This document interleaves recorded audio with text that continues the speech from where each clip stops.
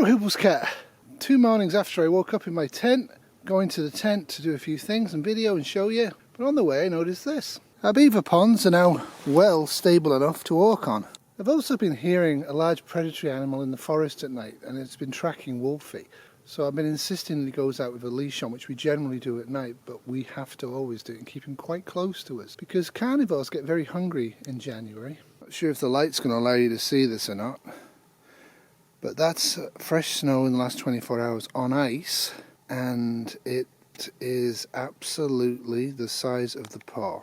That is almost definitely not fox, that is almost definitely coyote, but it's definitely taking an interest in our property.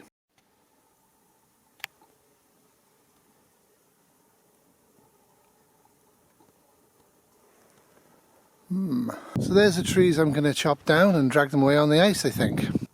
3 inches long. So that's the predator's footprints, and I think it's been tracking this. This is a lot faster, and this is the edge of the trail.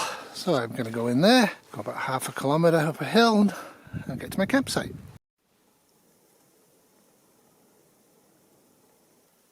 I think that's rabbit, not squirrel, but I don't know enough to be sure. Mouse maybe? There we go, there's the campsite. Getting a nice breeze off the lake. It's going to become one of my favourite spots. One of the things I could easily have done is wear the same clothes, come back here today, 2 days after I left, and pretend that it was a continuous video and I'd have been camping for over 24 hours. I'll never do that to you. It's not the point of this channel is to make me look good and for you to be impressed. If you're a long-term watcher, you know that. The grey fox gave me a whole bunch of suggestions, and I pinned them and you can look at them on the video. And I think it's really important that we actually listen to other people's opinion. One of the things I didn't do, and he suggested I should have done, and I think he's right,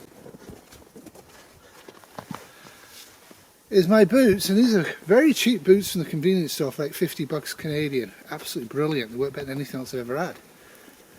Is to actually wear these at night inside the sleeping bag. Something I will do next time.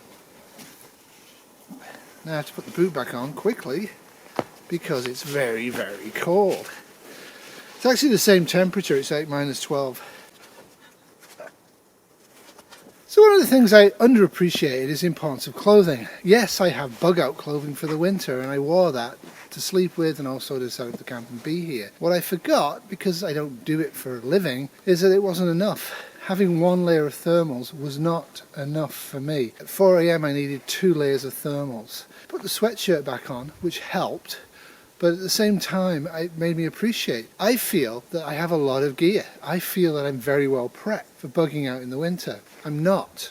And if I'm not, are you? Now those of you who live rurally and have done this all your lives and hunt all winter and all the rest of it, this video isn't for you guys. This video is for people like me. It's for people who live in cities, people who live in suburbia, who might need to, in an emergency, travel on foot quite a distance in the winter. And the winter might be stronger and worse than what they're normally used to in their area. I hope it doesn't come to that. My main lesson for everybody is, if you can, find a building and sleep in the building. And if you can, even if it trashes it, safely cause a fire in that building to keep you warm during the night. It's absolutely important that you have a shelter that's solid and that you have heat source, because you will not survive without that.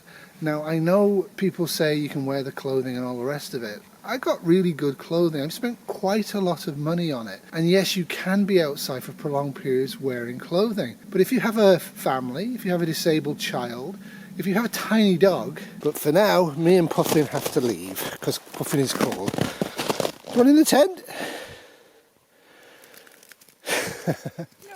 They're not going to survive. They're certainly not going to thrive bugging out. Now, let alone the movement issue. At certain times of year like today, I can easily go across ponds and stuff and do a little bit of tracking through forests and then go back on the ponds. I also have pretty good snowshoes, etc, etc, etc.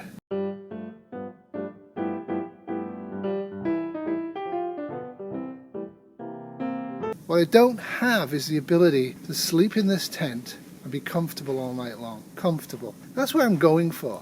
I think it's okay to survive, but I really want to thrive. I might have to be in this tent for 5 or 6 weeks building a log cabin in certain circumstances. Now I agree with Kitty on this.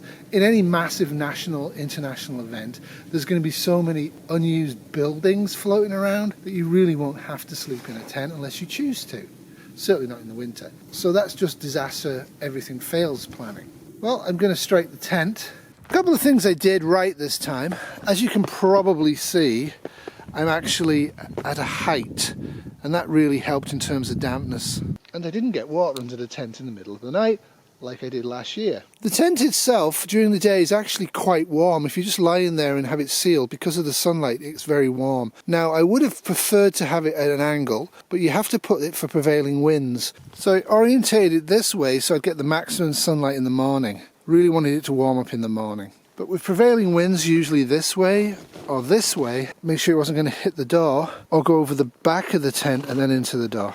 Packed up and ready to go home via the lake. Final check, make sure I've left nothing behind, and that's the pad. Not that even. I couldn't tamp it down, but you can see where the heat has melted it a little bit. Could do better than that, I think, but it worked, and it's not very melted, so it shows there was some insulation going on.